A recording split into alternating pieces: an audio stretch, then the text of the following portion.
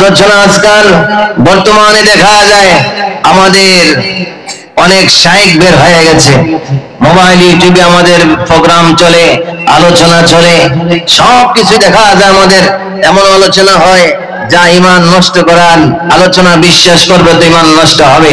অথচ আল্লাহ পাক কোরআনুল কারীমে আজকে আমরা যারা তাওহীদ কে মানি, আমরা যারা লা ইলাহা ইল্লাল্লাহ কে মানি, এই লা ইলাহা ইল্লাল্লাহর দলিলকে আমরা যে নামাজ পড়ি, এই নামাজের দলিলকে আমরা যে রোজা রাখি, এই রোজার দলিলকে আমরা যে কালামুল্লাহ শরীফকে মানি, কালামুল্লাহ শরীফকে তেলাওয়াত করি, এই কালামুল্লাহ শরীফের দলিলকে আমাদের রোজা, হজ, যাকাতের দলিলকে, আমাদের হালাল হারামের দলিলকে রব্বুল আলামিন কোরআনুল কারীমে বলেন, ইয়া আইয়ুহান নাস, হে মানব জাতি, হে মানব মণ্ডলী, কদ জাআকুম বুরহান, আমি আল্লাহ তোমাদেরকে দলিল পাঠিয়েছি, মির রাব্বিকুম, রবের পক্ষ থেকে তোমাদের কাছে দলিল এসেছে।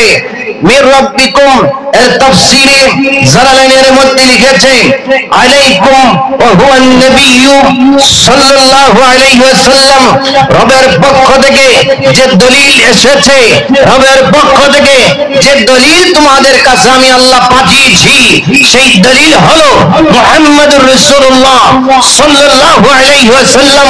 লা ইলাহা ইল্লাল্লাহর কথা আরববাসী জানতো না, আমার নবীজি লা ইলাহা ইল্লাল্লাহর পরিচয় দিয়েছেন। যখন আমার নবীজি আবু বকর, ওমর, ওসমান ও আলী সাহাবায়ে কেরাম 1 লক্ষ থেকে 2,24,000 পয়গম্বর সাহাবায়ে কেরাম আল্লাহর পরিচয় জানতো না, আল্লাহ নাম কি তাও বুঝতো না। সেই সময়ে আমার প্রিয় নবী রবের ঢঙ্কা বাজিয়েছেন, তাওহীদের কথা বলেছেন, লা ইলাহা ইল্লাল্লাহর স্লোগান দিয়েছেন, লা ইলাহা ইল্লাল্লাহর তাবলীগ করেছেন। আমার প্রিয় নবী রব্বুল আলামিন বলেন, হে পৃথিবীর মানুষ, দুনিয়ার জমিনে তোমাদের সম্পদ তোমাদের যদি দাবি করো, তোমার নামে দলিলের প্রয়োজন হবে। আর আমি আল্লাহ যে আছি, আমি আল্লাহ লা ইলাহা ইল্লাল্লাহ যে আছে, এই লা ইলাহা ইল্লাল্লাহর দলিল হলো নবী কামলিওয়ালা মুহাম্মদুর রাসূলুল্লাহ সাল্লাল্লাহু আলাইহি ওয়াসাল্লাম। জোরে বলুন সুবহানাল্লাহ। লা ইলাহা ইল্লাল্লাহর দলিল, আল্লাহর দলিল নবী মুহাম্মদুর রাসূলুল্লাহ সাল্লাল্লাহু আলাইহি ওয়াসাল্লাম। জোরে বলুন সুবহানাল্লাহ। দলিল যতদিন আপনার থাকবে, আপনি আপনার জমিন, আপনার সম্পত্তি দাবি করতে পারবেন, ঠিক কি না? এখন দলিল যদি মরে যায়, তাহলে লা ইলাহা ইল্লাল্লাহ মেনেও লাভ হবে না। কেউ যদি বলে নবীজি নাই, নবীজি মরে গেছে, তাহলে আমি আপনি লা ইলাহা ইল্লাল্লাহ পড়ে কাজে আসবে না। কারণ দলিল সব সময় আছে, হায়াতুন নবী, জিন্দা নবী, তিনি আবাদুল আবাদ, আছেন, থাকবেন, তিনি আছেন এবং থাকবেন। আল্লাহর হাবিব জিন্দা নবী, ঠিক কিনা জোরে বলেন। এজন্য আপনি যদি নামাজের দলিল চান, আপনি অবশ্যই কোরআনে যাবেন। আপনি যদি বলেন এই কোরআন কোথায় থেকে এসেছে, আল্লাহ পাকের বাণী, আল্লাহ পাক লাউহুল মাহফুজ থেকে রব্বুল আলামিন কোরআন সংরক্ষিত করেছেন, আবার পৃথিবীতে জিবরাইলের মাধ্যমে পাঠিয়েছেন। আপনি যদি তা মানেন, তাহলে আপনাকে মানতে হবে এই কোরআন আমার নবীজির জবান দিয়ে এসেছে, ঠিক কিনা বলেন? এই কোরআন কার জবান দিয়ে এসেছে?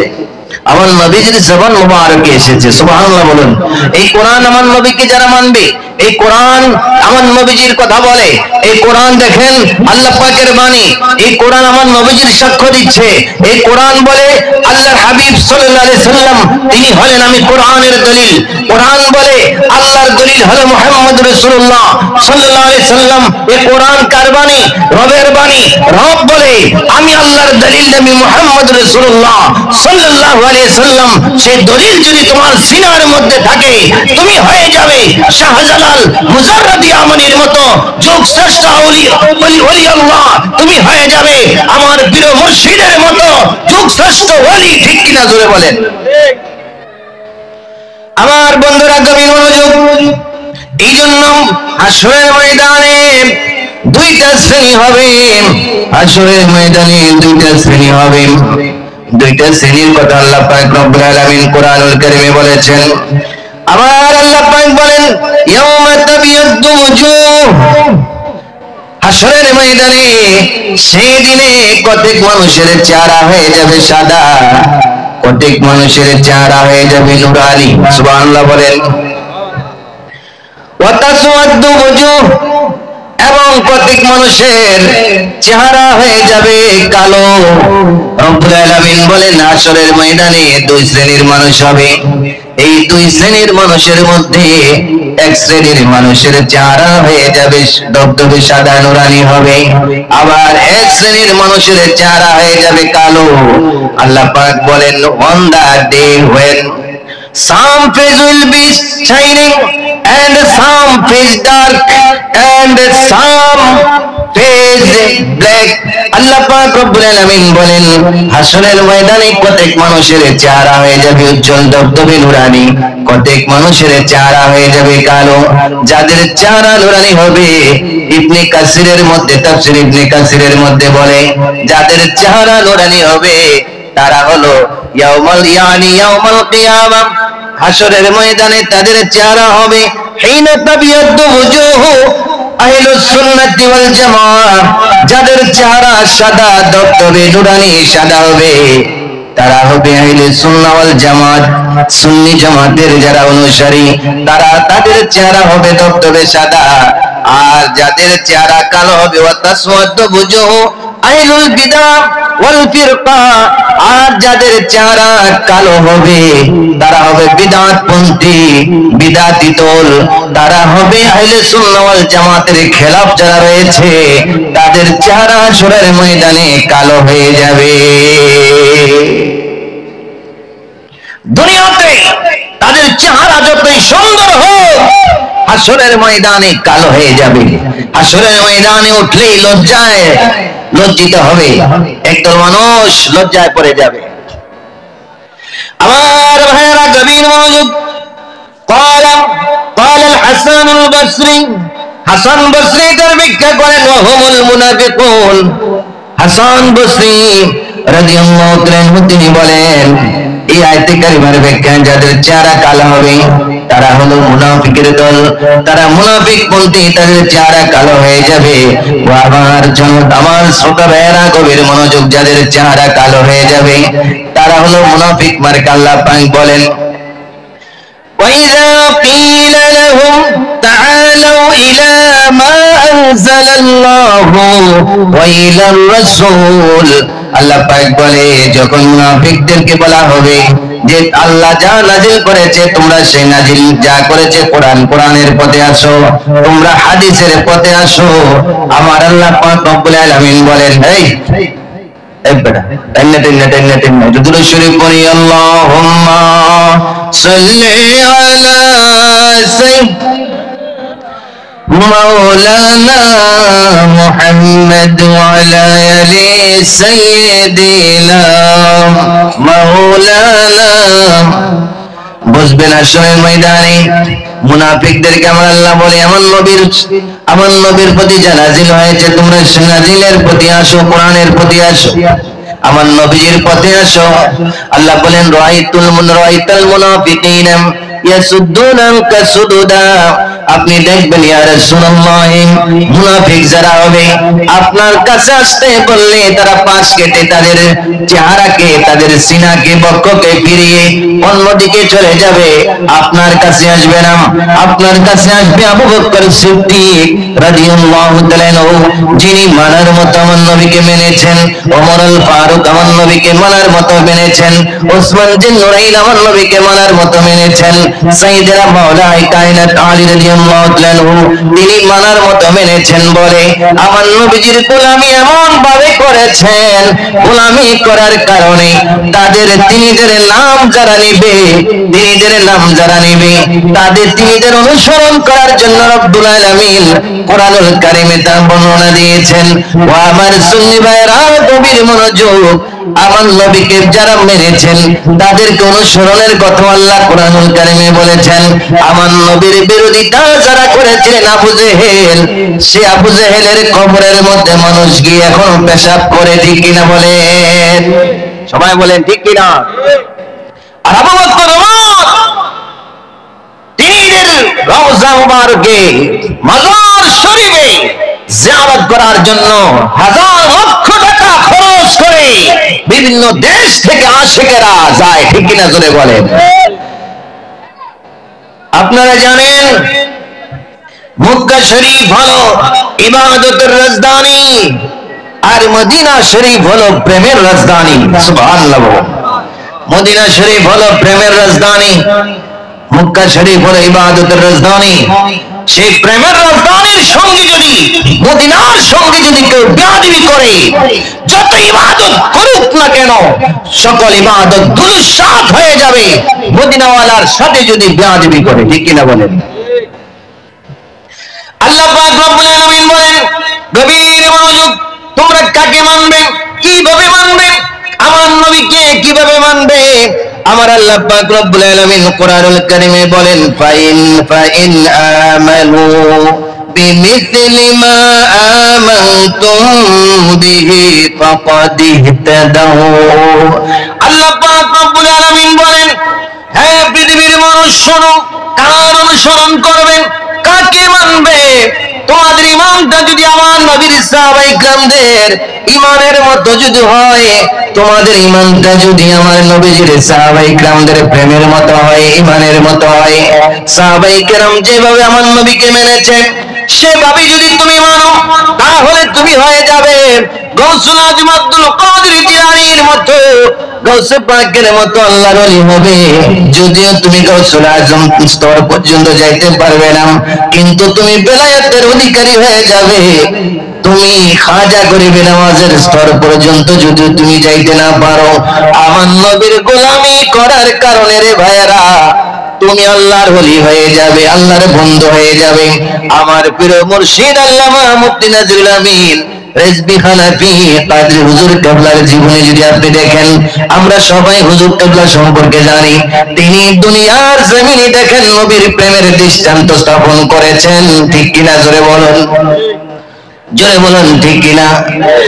এই জন্য বলি ভাইরা আমার, অনেকে রয়েছেন কোরআন হাতে নিয়ে বলেন এক আল্লাহ ছাড়া কাউকে মানি না, অথচ কোরআনুল কারীমে বলে সাহাবায়ে কেরামদের ইমানের মতো তোমার ইমানটা হওয়া লাগবে। সাহাবায়ে কেরামদের ইমান যেভাবে ইমান ছিল, যেমন ইমান ছিল, সেই রকম ইমান ছিল আব্দুল কাদের জিলানী রাদিয়াল্লাহু তাআলা। সাহাবায়ে কেরামের যেমন ইমান ছিল, যেভাবে ইমান রেখেছেন আমার প্রতি, আমার নবীর প্রতি, নবীকে মহব্বত করেছেন, নবীকে দেখে দেখে আমল করেছেন, সেই আমলগুলো ইমানের নূর, সেই আমলের নূরগুলো, আমলগুলো বিভিন্ন জায়গায় দেশে দেশে গিয়ে সাহাবায়ে কেরাম শিক্ষা দিয়েছেন। সাহাবায়ে কেরাম যেখানে গিয়েছেন সেখানেই আমার ভাইয়েরা প্রেমের রাজধানী হয়ে গেছেন, সেখানেই হয়ে গেছে আল্লাহওয়ালাদের স্থান। সাহাবায়ে কেরাম যেখানে গিয়েছেন সেখানে আব্দুল কাদের জিলানীর মতো আল্লাহর ওলি পয়দা হয়ে গেছে। জোরে বলুন সুবহানাল্লাহ, জোরে বলুন সুবহানাল্লাহ।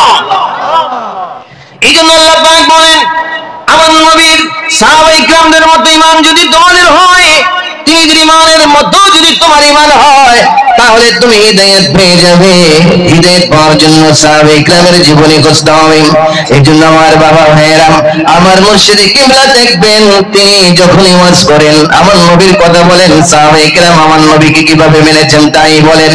এইভাবে যদি মানতে পারেন, আপনি হয়ে যাবেন খাজা মাইনুদ্দিন চিশতির মতো, আপনি হয়ে যাবেন মুজাদ্দিদ আল-গাসানির মতো, আপনি হয়ে যাবেন যুগশ্রেষ্ঠ আল্লাহওয়ালা, আল্লাহর ওলি হয়ে যাবেন। শুধু আপনার কলবের মধ্যে আমলে আমার নবীকে আনতে হবে, সাহাবায়ে কেরামদের ভালোবাসা আপনার হৃদয়ে থাকতে হবে, তাহলে আপনি যুগশ্রেষ্ঠ ওলি হতে পারবেন। আমার বন্ধুরা, আমার আপনি নবীজির গোলাম হইতে যদি পারেন, আমার নবীর গোলাম যদি তুমি হয়ে যেতে পারো, তাহলে আমার ভাইয়েরা আমার মুর্শিদ কেবলার মতো আল্লাহর ওলি হতে পারবে।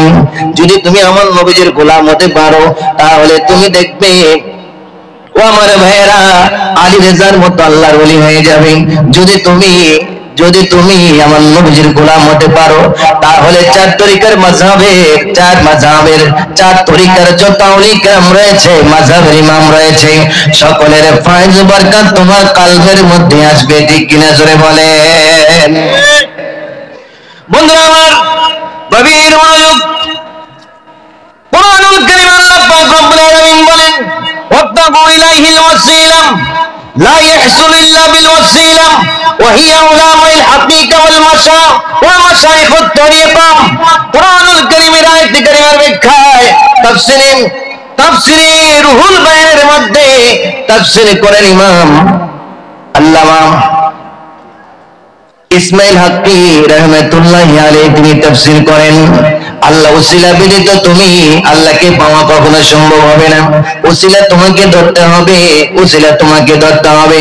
আর উসিলার ব্যাখ্যা লিখেছেন ওয়াহিয়া উলামাউল হাকিকা, এটা হলো প্রকৃত উলামায়ে কেরাম যারা আহলে সুন্নাহ ওয়াল জামাতের রয়েছে, ওয়া মাশায়েখুত তরিকা, এবং পীর মাশায়েখ গণাউল ইকরাম যারা আছে তাদের সোহবত লাভ করা, তাদের উসিলা ব্যতীত তুমি আল্লাহ পাওয়া কখনো তোমার সম্ভব নয়। বন্ধুরা আমার গভীর মনোযোগ, আল্লাহর প্রিয় নবী রাহমাতুল আলামিন নাতি ইমাম হুসাইন রাদিয়াল্লাহু তাআলা আনহু, হযরতে আব্দুল্লাহ রাদিয়াল্লাহু তাআলা আনহু, তিনিদের মধ্যে ছোটবেলায় চলতে চলতে কথায় কথায় যখন তর্ক হলো, তখন হুসাইন রাদিয়াল্লাহু তাআলা আনহুকে আব্দুল্লাহকে বললেন, হে গোলামের বাচ্চা গোলাম, গোলামের বেটা গোলাম বললেন। আব্দুল্লাহ রাদিয়াল্লাহু তাআলা আনহু তিনি বাবা ওমর আল ফারুক রাদিয়াল্লাহু তাআলা আনহুর কাছে যখন গিয়ে বললেন, বাবা হুসাইন রাদিয়াল্লাহু তাআলা আনহু আমাকে গোলামের বেটা গোলাম বলেছে, তাই নাকি? তিনি মসজিদে নববীর মধ্যে উপস্থিত হলেন, ইমাম হুসাইনকে বললেন, ও ইমাম হুসাইন, আজকাল তো নবীজির গোলাম রাখলে অনেকে বলে শিরিক, শিরিক বলে, অনেক শায়েখেরা বলে নবীর গোলাম হওয়া যাবে না। বন্ধুরা আমার গভীর মনোযোগ, তুমি আমার নবীজির গোলাম যদি না হও, আমার নবীজির নামাজের দিক দিয়ে তুমি কার অনুসরণ করো? নামাজের দিক দিয়ে তুমি কার অনুসরণ করো? আব্দুল কাদের জিলানী আমার নবীর অনুসরণ করেছেন, খাজা মাইনুদ্দিন চিশতি আমার নবীর অনুসরণ করেছেন বলে খাজা মাইনুদ্দিন চিশতি হয়েছেন। এবং আব্দুল কাদের জিলানী তিনি বলে, আমি তোমাদেরকে বলি নবীজির গোলামি এমন ভাবে করেছি, নবীজির গোলামি করার কারণে আমার মধ্যে আল্লাহর প্রদত্ত এমন ক্ষমতা এসেছে রে আমার ভক্ত মুরিদ। তোমাদেরকে বলে দিচ্ছি, আল্লাহ কোরআনুল কারীমে বলেন, আলা ইন্না আউলিয়া আল্লাহি লা খাউফুন আলাইহিম ওয়া লা হুম ইয়াহজানুন। আল্লাহ পাক রব্বুল আলামিন বলেন, সাবধান, আমার বন্ধু ওলিদের কোনো ভয় নাই, আমার বন্ধুদের কোনো ভয় নাই, আমার বন্ধু ওলিদের কোনো চিন্তা নাই। আমি তোমাদেরকে বলে দিচ্ছি, তাদের কোনো চিন্তা নাই, তাদের কোনো দুশ্চিন্তা নাই, নাই উপরে আছে না পরপরে আছে, কোনো জায়গায় তাদের দুশ্চিন্তা থাকবে না, চিন্তা থাকবে না।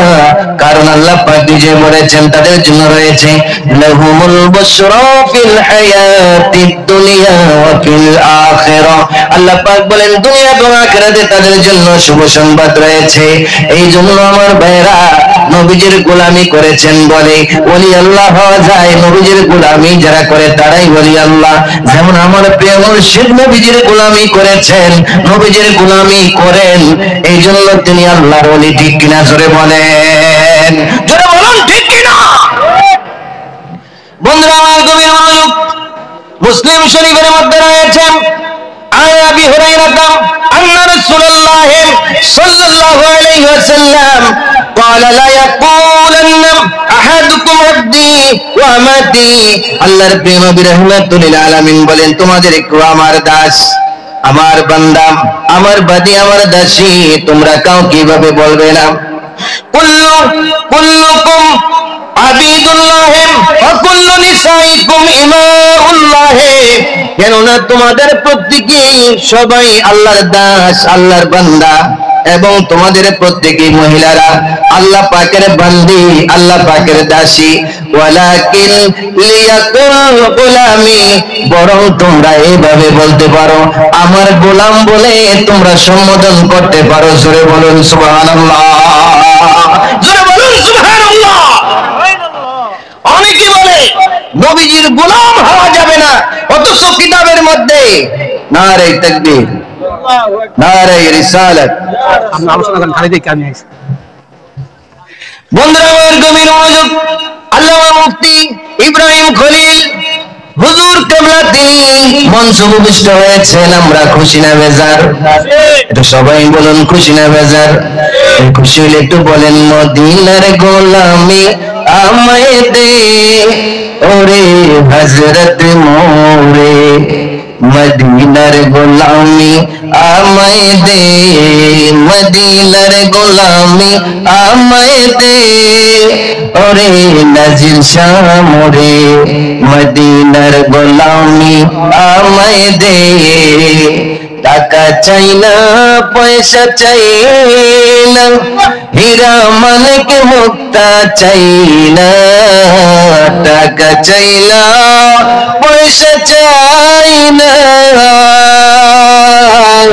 টাকা চাই না, পয়সা চাই না, চরণ ধুলি এই কামনা, টাকা চাই না, পয়সা চাই না, চরণ ধুলি এই কামনা, দয়া করে চরণ ধুলি দে ওরে হযরত মোরে, মদিনার গোলামি আমায় দে, মদিনার গোলামি আমায় দে ওরে নাজির শাহ মোরে, মদিনার গোলামি আমায় দে। আমার বন্ধুরা, সাহাবায়ে কেরাম নবীজির গোলাম ছিলেন, নবীজির গোলাম দাবি করতেন। আব্দুল কাদের জিলানী আমার নবীজির গোলাম ছিলেন, গোলাম দাবি করতেন।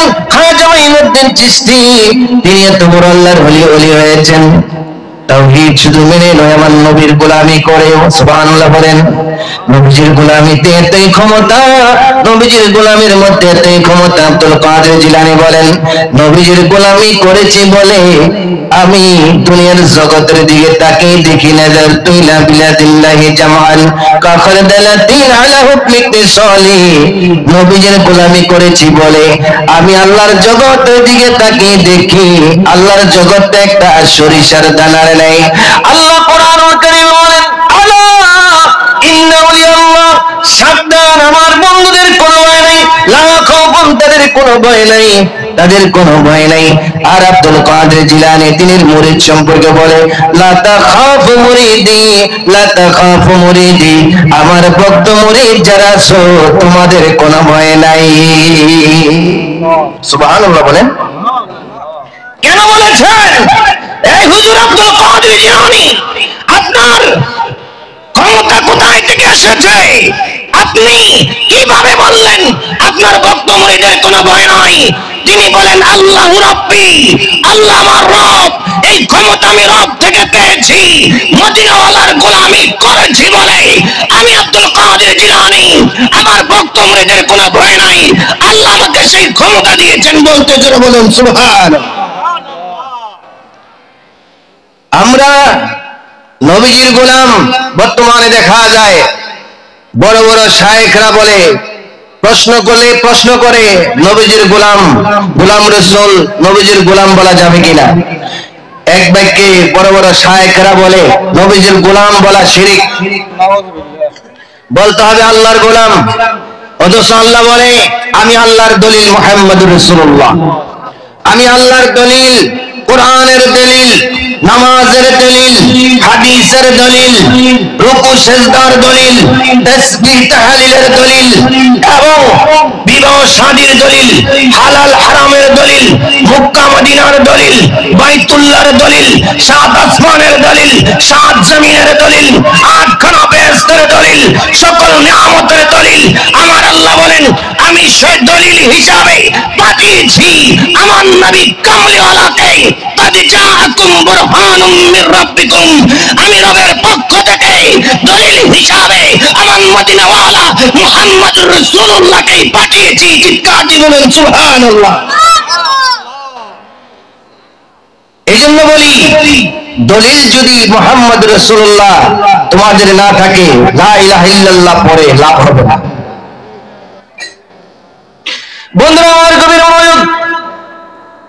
অথচ কওমি অঙ্গনের রাহাবার যারা রশিদ আহমদ গাঙ্গুই তাসকিরাতুর রশিদিয়ার মধ্যে লিখেছে, বাবার বংশের নসবনামা লিখতে গিয়ে, মার বংশের নসবনামা লিখতে গিয়ে ওখানে দেখা যায় কাজী গোলাম হাসান বিন কাজী গোলাম আলী। বাবার বংশের নসবনামার মধ্যে রয়েছে, মার বংশের নসবনামার মধ্যে রয়েছে। এভাবে অনেকেরই নাম রয়েছে। শর্টকাটের জন্য বলছি, মালফুজাতে হাকিমুল উম্মাত নামক একটা কিতাব আছে আশরাফ আলী থানভী সাহেবের, মালফুজাতে হাকিমুল উম্মাত। ওনার ওয়াজ, ওনার বক্তব্যগুলো যেখানে লিপিবদ্ধ করা হয়েছে, সেই আশরাফ আলী থানভী সাহেবের মালফুজাতে হাকিমুল উম্মাতের 7ম খণ্ডের মধ্যে তিনি বলে, আমার বাবা মার ঘরে সন্তান হয়ে বাঁচত না, মরে যাইতো। কি করত? বাঁচত না, মরে যাইতো। আমার বাবা একজন আল্লাহর ওলি, মজ্জুব আল্লাহর ওলি, ওলির কাছে গিয়েছিলেন। একজন ব্যক্তি সওয়াল করেছিলেন, প্রশ্ন করলে উত্তর দিয়েছিলেন। যখন তিনি উত্তর দিলেন, তিনি বলে, হ্যাঁ মাই এক মজ্জুব কি দোয়া সে পয়দা হুয়া হো। তিনি বলতেছে, আমি একজন মজ্জুব ওলি আল্লাহর দোয়ার বরকতে আমি আশরাফ আলী থানভী জন্ম নিয়েছি। কিভাবে? আমার মার ঘরে যখন সন্তান হইতো না, তখন একজন মজ্জুব ওলির দরবারে আমার বাবা গিয়েছে। ওই মজ্জুব আল্লাহর ওলির নাম তিনি বলতেছেন, সে মজ্জুব ওলির নামটা হলো হাফেজ গোলাম মর্তুদা সাহেব। তিনি নাম ছিল হাফেজ গোলাম মর্তুদা সাহেব রহমতুল্লাহ আলাইহি। তিনি দরবারে যাওয়ার পরে আশরাফ আলী থানভী সাহেবের বাবাকে বলেছে, তোমার দুজন সন্তান হবে, দুজনই ছেলে হবে। দুজনে কি হবে? দুজনই ছেলে হবে। একজন হবে, এক हमारा होगा वो हाफिज और मौलवी होगा। বলতেছে একজন হবে হাফেজ এবং মৌলভী, और এক দুনিয়াদার হোগা, আরেকজন হবে দুনিয়াদার, দুনিয়ার প্রেমে মগ্ন থাকবে। আরেকজন হবে আশরাফ আলী, নাম একজনের নাম রাখবে আশরাফ আলী, আরেকজন নাম হবে, আরেকজনের নাম বলছে আলী আকবর। এইভাবে নাম রাখবে, আকবর আলী রাখবে। আরেকজনের নাম আকবর আলী, আরেকজনের নাম হবে আকবর আলী, হবে দুনিয়ার প্রেমে মগ্ন। আর আশরাফ আলী সে হবে মৌলভী হাফেজ। ঠিক সেটাই হয়েছে, আশরাফ আলী মৌলভী হাফেজ হয়েছে। তিনি বলে, আমার ঘরে আমার সন্তান জন্ম নিয়ে থাকতো না, কিন্তু আমার ওলির দোয়ার বরকতে আশরাফ আলী থানভী বলে, আমি জন্ম নিয়েছি ওলির দরবারে যাওয়ার কারণে। আজকে যারা ওলির দরবারে যাওয়া শিরিক বলো, আউলি গ্রামের দরবারে যাওয়া শিরিক বলো, তোমাদের রাহবার আশরাফ আলী থানভী আল্লাহর ওলির দোয়ার বরকতেই জন্ম নিয়েছেন। মালফুজাতে হাকিমুল উম্মতের 6ষ্ঠ খণ্ডের মধ্যে রয়েছে। আজকে নিজের ঘরের খবর রাখো না, অথচ কোরআন সুন্নাহর আইনগুলোকে বিদআত বলো, আউলি কিরামের দরবারে যাওয়া বিদআত বলো, আউলি কিরামদের দরবারে যাওয়া শিরক বলো, মাজার ভাঙার পক্ষে বলো। এজন্য বলতেছি, আমরা ইতিহাস কোরআন সুন্নাহ দেখি, আবু জাহেলের মাজার নাই, ওই যুগে আবু বকর সিদ্দিক ছিলেন, তিনির মাজার আছে। ওই যুগে ওমর ফারুক ছিলেন, তিনির মাজার আছে। ওসমান বিন নুরাইনের মাজার ছিল জান্নাতুল বাকিতে। আব্দুল ওয়াহাব নজদের সময়ে মাজারগুলো ভেঙে দিয়েছে। মাওলা আলী রাদিয়াল্লাহু তাআলা তিনির মাজার রয়েছে। হাসান হুসাইনের মাজার রয়েছে। নমরুদের যুগে যে নবী ছিল, ফেরাউনের যুগে যে নবী ছিল, ফেরাউনের মাজার নাই, নমরুদের মাজার নাই। অথচ ইব্রাহিম খলিলুল্লাহর রওজা মাজার রয়েছে, মুসা কালিমুল্লাহর রওজা মাজার আছে না নাই? দুই হাত তুলে বলুন, আছে না নাই? এজন্য বলি, যারা মাজারের পক্ষে মনে করবেন তারাই হক্কানি মাজার। আবার গরুকে মরা গরুকে খাদাইয়া মাজার করছে, এই মাজার না। হক্কানি ওলি আল্লাহ, হক্কানি ওলি আল্লাহর মাজার। যে মাজারে সিজদা করে, এটার পক্ষে আমরা নাই, ঠিক কিনা বলেন? যেই মাজারে গাঞ্জা খায়, যেই মাজারে গায়া মদ খায়, মেয়ে ছেলে নাচানাচি করে, গান বাজনা লিপ্ত থাকে, ওই মাজার যিনি যদি সত্যিকারের সাহেবে মাজার হয়ে থাকেন, ওলি আল্লাহ হয়ে থাকেন, তার দোষ নাই। তবে এই সমস্ত ভণ্ডামিকে আমাদেরকে রোধ করতে হবে। এই সমস্ত ভণ্ডামি যেন না হয়। হক্কানি ওলি আল্লাহর মাজারে আমরা সজাগ থাকতে হবে, তাদেরকে তাদের বিরুদ্ধে প্রতিহত করতে হবে, ঠিক কিনা জোরে বলে? আল্লাহ আমাদের সকলকে বুঝার তৌফিক দান করে, বলুন আমিন। আরো জোরে বলুন আমিন। আমার কথা হলো নবীজির গোলাম হবেন, আল্লাহর ওলি হতে পারবেন। আমার প্রিয় মুর্শিদ কিবলা নবীজির গোলামি করেছেন বলে তিনি শান সুকুত আল্লাহ পাক বাড়িয়ে দিয়েছেন। গৌসুল আজম আব্দুল কাদের জিলানী তিনি নবীজির গোলাম হয়েছেন বলে, নবীজির গোলাম হওয়ার কারণে আল্লাহ পাক তিনি মর্যাদা বাড়িয়ে দিয়েছিলেন। আল্লাহ আমাদের সকলকে নবীজির গোলাম হয়ে দুনিয়ার জমিনে জিন্দেগি করার তৌফিক দান করুক। আপনারা দুই হাত তুলে বলুন আমরা নবীজির গোলাম কিনা? সবাই বলুন আমরা নবীজির গোলাম কিনা? নারায়ে তাকবীর, নারায়ে রিসালাত, নারায়ে রিসালাত।